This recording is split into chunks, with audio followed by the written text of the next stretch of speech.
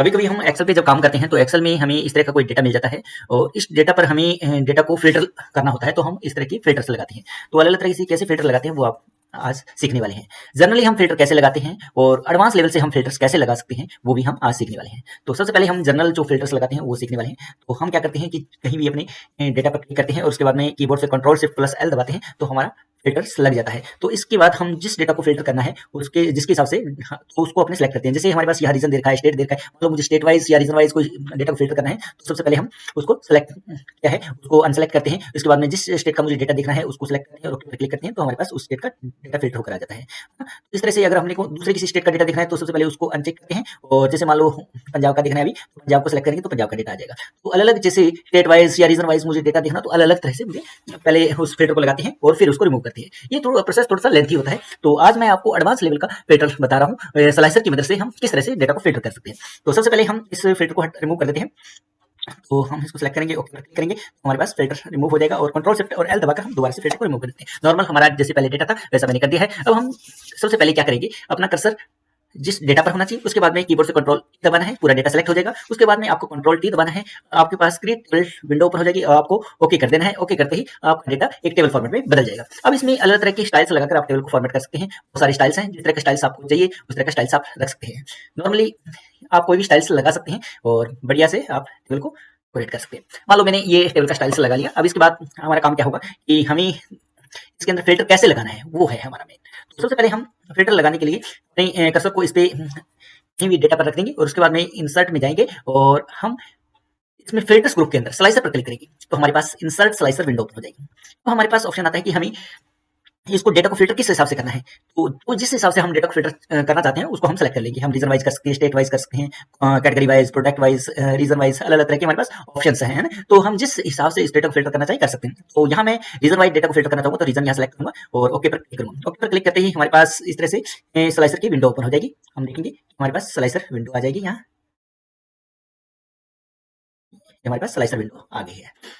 अब इस slicer window को हम सबसे पहले इसको थोड़ा सा सेट करेंगे। जैसे कि हम इसको स्टाइल्स देना चाहें तो स्टाइल्स दे सकते हैं। तो हम कोई भी इसमें स्टाइल्स लगा सकते हैं। किस तरह का स्टाइल्स आप लगाना चाहते हैं, जिस तरह का स्टाइल्स लगाना चाहते हैं उस पर क्लिक करेंगे, उस तरह का स्टाइल्स इस पे लग जाएगा।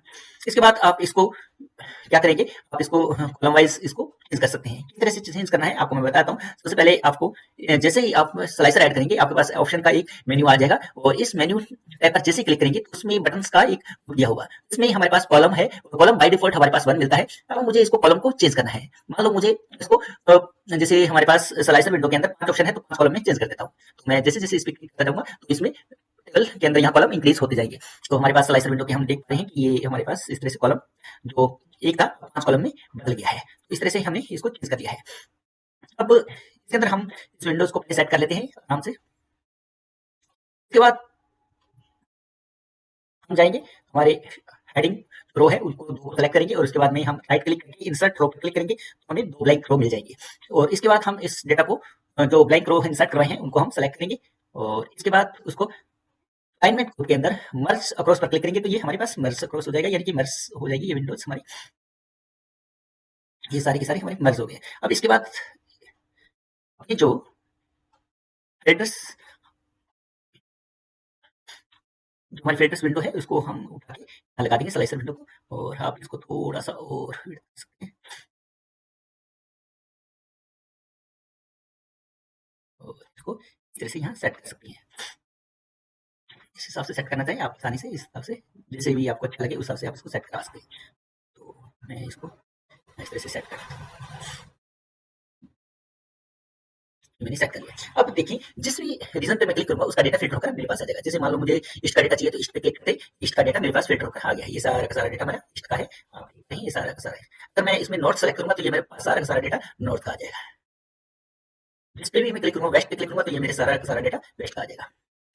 इस तरह से आप आसानी से बहुत बार बार आपको फिल्टर लगाना और उसको रिमूव करने वाला झंझट नहीं रहेगा। आप इजीली इस तरह से आप फिल्टर लगा सकते हैं अपने डेटा पर, बहुत अच्छे तरीके से आप इसको यूज कर सकते हैं।